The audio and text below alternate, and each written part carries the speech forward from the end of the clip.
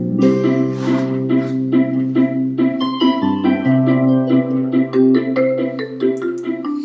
everybody and welcome to Let's Talk Diz. We are live today on YouTube Live. We thank you for taking the time today to come. We're going to bring you some live content sporadically. It might be every week, it might be every other week. The time may change, so stay close to our social media to make sure that you know exactly what's going on each and every week. We thank you for taking the time. I am Jeff. I'm your host for Let's Talk Diz. I'm joined on our live show right now as we are each and every time with our Disney Master Sandy. So Sandy, welcome to the show. Thanks for coming on this week. Hey Jeff, happy Sunday night. I'm excited to be live and be able not to just give the news, but answer any questions like we did last week about Disney Genie, how we can really help all of our fans plan for a magical time. Yeah, and that was kind of the impetus behind this. So we're going to give you some live content whenever we can. So Sandy, you know, we've been giving people the news of that particular week. Some stuff breaks each and every week, as everybody knows that pays attention to the Disney parks. So let's start with Walt Disney World. That kind of makes the most sense. There were a couple things that broke there this week. Give us a little bit of a breakdown of what we got news-wise from Walt Disney World. You bet. And we know that a big part of news that we're going to have on Walt Disney World for the next 4 weeks is all about that most magical celebration of 50 years of Walt Disney World. And if you don't have a reservation already, a park reservation to be in Magic Kingdom October 1st, I'll tell you you're out of luck. But you can join on ABC October 1st from 8 to 10 p.m. They're going to do a live broadcast from there, a little bit about the most magical story on Earth. And they're going to have celebrities who love Disney and Disney theme parks join in. We're going to hear from my favorite, John Stamos. I will actually be there. We'll have some coverage on October 1st. And if you haven't heard, my one fun fact, I have kissed John Stamos, and I'm sure he remembers me and will be on the lookout for me. Absolutely, absolutely. Gary Sinise is going to be there, Melissa Hart, Candace Cameron Bure, lots of sports people. Tom Brady's there, Phil Simms, and then they're bringing in their big creators like James Cameron and some of our favorites from Walt Disney World Imagineering. So follow us during the day. We'll be there, but hop on ABC 8 to 10 p.m. October 1st so that you can be part of that most magical story. And I'm really happy that they did that because it is a very meaningful date for anybody that's watching this or listening to this, and certainly some Disney fans, but not all of us have the flexibility in our schedule or are crazy enough to attempt to be there on that date like you are, so at least we get a chance to check in on television. I'm excited, and I will give a little plug. I'll be there because it is the 50th, and there's no place I'd rather be. But I'll be covering what's new in the park, the new fireworks that starts on the 50th. We're going to create our digital scavenger hunt of all 50 of those gold statues. We're going to make it a 4-park day and run it everywhere. And then October 2nd, we'll bring you Harmonious. Can't be in Epcot and Magic Kingdom at the same time for the fireworks, but we'll bring that to you on October 2nd. So a magical month kicking off in October. Yeah, and definitely stay tuned to all of our social outlets, to our YouTube channel, and of course the podcast, as we'll be breaking all of that down as it goes on. So, all right, so staying in Walt Disney World, I know there's some news coming to France and Epcot. Really unique. We've got a new restaurant open there, and it's a Crêperie de Paris. And it's going to have the traditional crepes that I think of, the hazelnut spread and the butter and sugar. But it's also going to have some savory, more meal-type things. Ham and eggs, chicken, brie cheese. So some hearty foods that can be a lunch or dinner. And it's unique because it is going to have a takeout window, a.k.a. a quick service equivalent. But it's also going to have a sit-down restaurant where you're going to get soup or salad, one of the savory crepes, as well as a dessert and hard cider or juice or soda. But it's going to be our first sit-down restaurant that is not taking reservations. It is walk-up only. So we'll see how long that lasts. Kind of interesting that they're giving that a try. We've talked before about scheduling and maybe too much scheduling for some people. This might be a new opportunity, and I know, Jeff, this is your favorite, but to do a walk-up somewhere besides Moroccan. So we'll give this one a try. So just to clarify what you said there, it's going to be a quick serve during the day and a sit down at night. Is that correct? No, it's actually going to be a service window, similar, if you've been to the Italy Pavilion, Villa Napoli is a sit-down restaurant, but to the left of their entrance, there's a pizza window and you can get takeout all the hours that they're open. So all the hours they're open, takeout from that window, a little bit less of a menu. It's going to be the crepes, and some of them are going to be a little different from the window. And all the hours that they're open, walk up, sit down dining inside. Okay, and obviously, you know, it's a new restaurant. Are we expecting this closer to where Remy's Ratatouille Adventure was going to be? It is definitely right there. Some of the cast previews, they opened it. I am hoping that they're going to keep it open for the DVC preview that I'm attending, because let me tell you, I could go for some Nutella crepe right now. Yeah, it doesn't sound like a bad plan.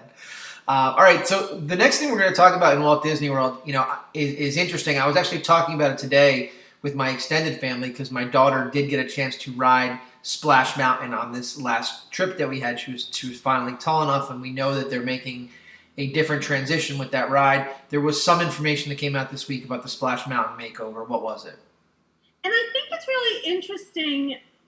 We are, and I will put myself high in this category, what I call a Disney purist. We don't do change well. No. And when they talked about changing Splash Mountain to be more politically correct, the fans went wild and not in a good way. And so I think what we saw this week was something that we've never seen before. It was a 30-minute sit-down that was all about how they're changing and integrity to the ride and what they're keeping. They're really looking for all of us to buy into this change now. So it is going to get a Tiana makeover, Princess and the Frog. We still don't have a date, so ride it while you can so that you can still see Brer Rabbit. But it's coming, but I think we're going to get a lot of teasers before we see it. My bet is we're at least 2 years out. Okay. Now, when you say 2 years out, does that mean extended closures starting 2 years out, or extended closures so we get to that 2 years out, or we're just going to have to wait and see? We're obviously going to have to wait and see, but Disney doesn't like extended closures. As little a closure as they can do, they will. So they're probably in some back warehouse right now starting to mold and make all of those pieces. So they're not going to do that closure till they're ready to come in and do that takeover. They don't close it just for the sake of getting ready. They want as little downtime as possible. We'll definitely get a heads up.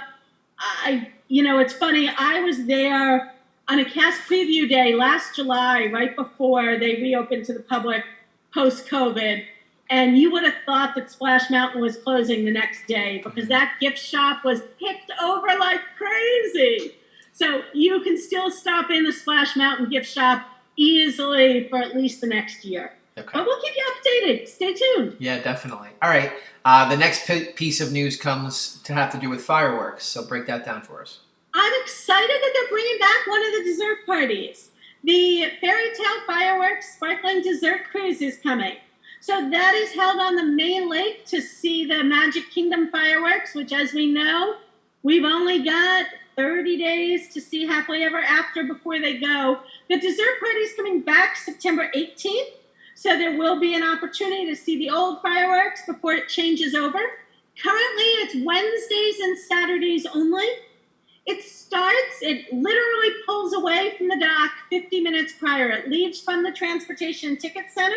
They transform one of the ferry boats, little cocktail tables, so that you can put your desserts and your drinks down, and dessert, drinks, and obviously entertainment to see those fireworks. $99 ages 10 and up, $69 per child ages 3 to 9, and infants are free. Okay, cool. One last piece I think you had mentioned to me, we had laughed about it. I'm not sure that everyone will laugh about it, but it has to do with certain upgrades to certain pools on property. You know, we did our episode on Genie last week. We said we know it's coming in the fall, which is somewhere between the next 20 and 45 days. Sure. But we don't know when it's coming. We don't know what it's going to cost. We've been told the dining plan is coming back soon. So we're all excited to see how it comes back and when it comes back. I think that's probably also around that 45-day mark, but that is total speculation on my part. I want to be clear. But good news, we can plan ahead for pool closures in 2023. So if you're headed to the Contemporary, and this is going to make or break your vacation, the pool, the main feature pool behind the Contemporary, is going to be closed winter 2023. So that nice vague phrase. And over at Fort Wilderness, the Meadows swimming pool is going to be closed January through April of 2023. And I will give a little plug for one of our upcoming episodes. Not only am I going to be in the Magic Kingdom on October 1st, but October 2nd, I will be among the first guests to check in as the Contemporary reopens with that new Incredibles themed room. So we'll have a video on YouTube, and Jeff and I will break down what I thought of that the following week. So don't get worried about the pool yet. See if you love the new room makeovers that are coming. If you need a travel specialist, they have all the information for the winter of 2023, folks. So contact your travel specialist today. From a little bit of a laughing matter in that sense that it's so far out to something that's happening immediately. And I know that you were right in the thick of things as the re-inaugural sailing happened. Talk to us about what's gone on this week, what's hit the news this week for Disney Cruise Line. So it's been a mixed week for Disney Cruise Line. We've had some clients who love us and some clients who aren't so thrilled with us this week. And all of the changes that I'm going to share aren't Disney's choice. The Bahamas announced they are no longer allowing non-vaccinated guests in. So if you listen to our podcast about my being on that re-inaugural cruise, non-vaccinated guests could sail with a negative PCR test 3 to 5 days prior and a second one at port. Beginning in just a few days, they are no longer allowing non-vaccinated guests on the ship. And that was a really hard hit for people who may have pushed back a cruise, were planning some magical celebrations. I know we have clients doing the 50th, and then they were supposed to sail, and that is out. But we really hope that's a short-term ban, and they'll be back. Now, just to clarify there, 2 seconds, just to clarify that, you say non-vaccinated guests. Does that mean anybody that's eligible for the vaccine? Yes, I'm sorry. You are correct. So if you have a child who is not eligible, they will not be 12 before you board. They're still okay. But 12 and up must be vaccinated. Okay.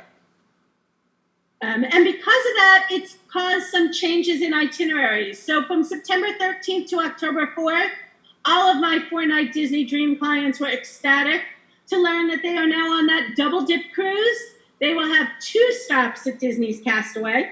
It is a phenomenal island. I will also say it's typically great for your budget because everything is included. You don't need to do an excursion. Some of the excursions, sadly, are not running.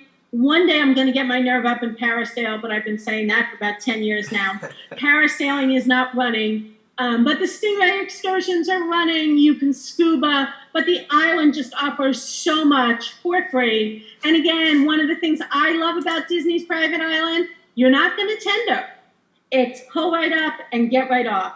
And for our 3-night sailors, they are not doing Nassau. They are doing Disney's Castaway, and then they have a sea day. Okay. So I think 3-night cruisers hit the lottery here. Nothing better than a sea day with Disney Cruise Line. There is so much programming and so many great things. I'll drop in the comments our episode all about everything to do at sea.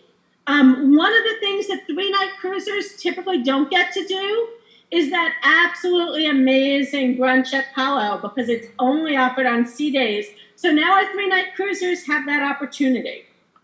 And let's be perfectly fair.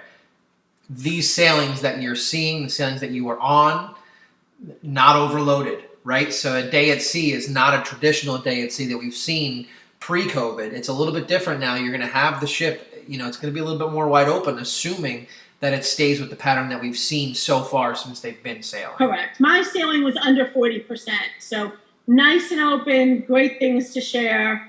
News-wise, they also wanted to share if you're getting on one of those sailings, they shared some things about their reimagined terminal. So if you've sailed Disney Cruise Line before, you're going to walk in and go, this doesn't seem like what it's supposed to be for me. Where you used to go in for security scanning, that downstairs part of the terminal, now is the check-in area. So unless there's a problem with your documents, you're going to check in downstairs, head right upstairs. It makes that area much more wide open. Okay. And then one announcement that I'm looking forward to.